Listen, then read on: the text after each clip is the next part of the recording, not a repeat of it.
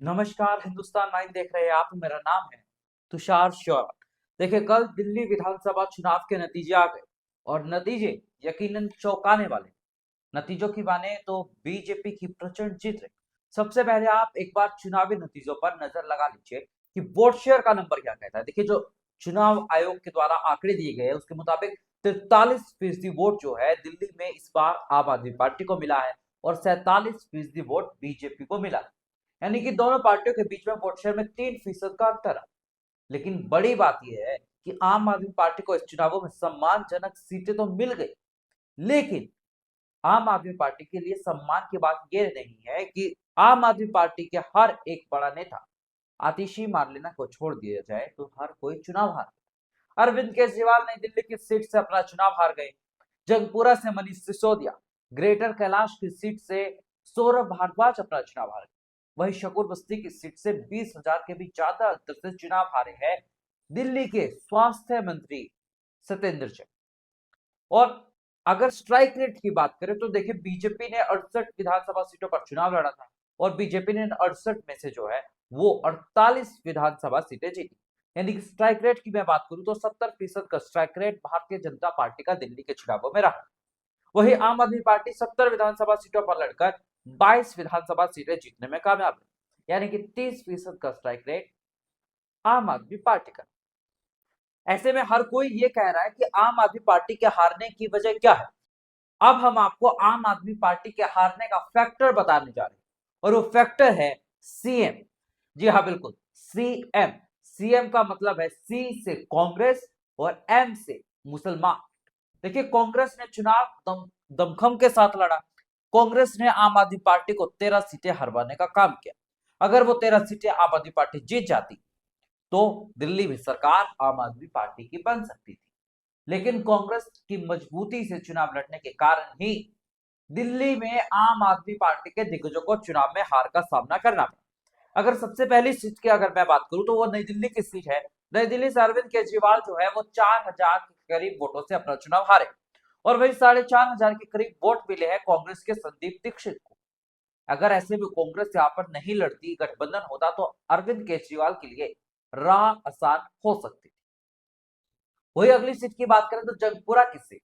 जंगपुरा से 429 वोटों से मनीष सिसोदिया अपना चुनाव हारे, लेकिन इस सीट पर 7,000 से ज्यादा वोट कांग्रेस प्रत्याशी को मिले। वही ग्रेटर नोएडा की वही ग्रेटर कैलाश सीट की बात करें तो ग्रेटर कैलाश सीट पर कांग्रेस उम्मीदवार को 8,000 के करीब वोट मिले, जबकि सौरभ भारद्वाज की हार 4,000 के करीब वोटों से। ऐसे में माना जा रहा है कि कांग्रेस एक बड़ा कारण रही है दिल्ली चुनाव के नतीजों को पलटने। लेकिन एक बात साफ कि मुस्लिम वोट भी बढ़ता हुआ दिखाई दिया। मुस्लिम बहुल सीटों पर कांग्रेस और ओवैसी की पार्टी ने खूब वोट काटा। इसीलिए कुछ मुस्लिम सीटें जो है वो भारतीय जनता पार्टी जीतने में कामयाब होती हुई दिखाई दी। जिस बात का डर था दिल्ली में वही हो गया। हालांकि बाकी राज्यों में देखें तो मुसलमान वोट एक साथ जाता हुआ एक पॉलिटिकल पार्टी को दिखाई देता, लेकिन दिल्ली में ऐसा नहीं। उसके पीछे के कारण ये, दिल्ली वालों को पीने का साफ पानी नहीं मिलता है। अरविंद केजरीवाल ने अपने वादे पूरे नहीं किए और दिल्ली की जनता ने साबरमती रिवर फ्रंट के बारे में जो सुना है, देखा है, इसीलिए वो भी चाहती थी कि यमुना रिवर फ्रंट जो है वो दिल्ली में बने और बीजेपी के मैनिफेस्टो में यह बात कही गई और इसीलिए जो है बीजेपी को दिल्ली वालों ने चुन लिया। अब ऐसे में बड़ा सवाल यह है कि अरविंद केजरीवाल की गारंटी वर्सेस पीएम मोदी की गारंटी पर जनता ने भरोसा किया। देखिए, अरविंद केजरीवाल की तरफ से ऐलान किया गया था कि महिलाओं को 21 रुपए महीना दिया जाएगा। वही बीजेपी ने 2500 रुपए महीना देने की बात की थी, लेकिन जनता ने बीजेपी के वादों पर भरोसा किया। ऐसे में बड़ी बात यह है कि अरविंद केजरीवाल के लिए वो कौन से फैक्टर्स सामने आए जिसमें उनको हार का मुंह देखना पड़ा। अब आप जरा वो जान लीजिए। देखिए, शराब घोटाला, शीश महल का मुद्दा, यमुना सफाई का मुद्दा, पीने का गंदा पानी, वायु प्रदूषण और बात बात पर विक्टिम कार्ड खेलना इस बार अरविंद केजरीवाल को भारी पड़ता हुआ दिखाई। वही आपको बता दें, दिल्ली के मुख्यमंत्री आतिशी मार्लेना ने कालकाजी की सीट से जीत हासिल की। कालकाजी में जीत के बाद आतिशी मार्लेना ने रोड शो भी किया, लेकिन आतिशी की जीत आपकी हार के सामने फीकी है और हर कोई इस बात को समझता हुआ दिखाई देता। अब सबके मन में यही सवाल है कि दिल्ली का मुख्यमंत्री कौन बनेगा।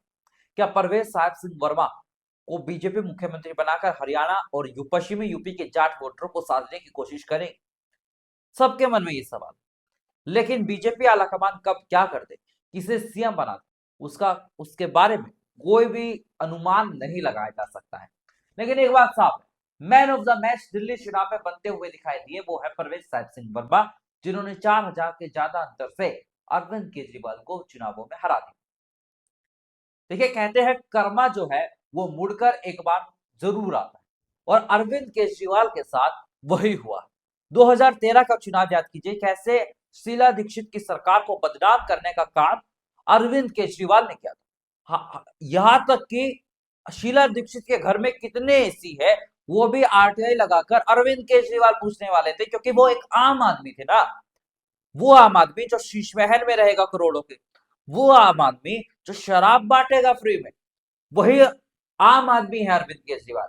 लेकिन दिल्ली वाले समझदार थे, दिल्ली वालों ने अरविंद केजरीवाल को ही चुनाव हरवा दिया नहीं दिल्ली से। देखिए, अरविंद केजरीवाल की सियासत जो थी अब दिल्ली वाले पहचान चुके। अब ऐसे में बड़ा सवाल ये है, और राजनीतिक पंडितों का मानना ये है कि अब अरविंद केजरीवाल का भारत की राजनीति से अंत होना शुरू हो चुका है। आम आदमी पार्टी अब कभी भी किसी भी राज्य में सत्ता में आती हुई नहीं दिखाई देगी। ऐसे में बीजेपी का आरोप है कि अरविंद केजरीवाल अब पंजाब जा सकते हैं, क्योंकि उन्हें पता है कि उन्होंने कितने घोटाले किए हैं और उन्हें अब जेल होने वाली। अब ये तो देखिए वक्त बताएगा, लेकिन दिल्ली के चुनावी नतीजों ने एक बार फिर बता दिया कि मोदी है तो मुमकिन है। ऐसे ही देश और दुनिया की तमाम बड़ी खबरों के लिए देखते रहिए हिंदुस्तान लाइव।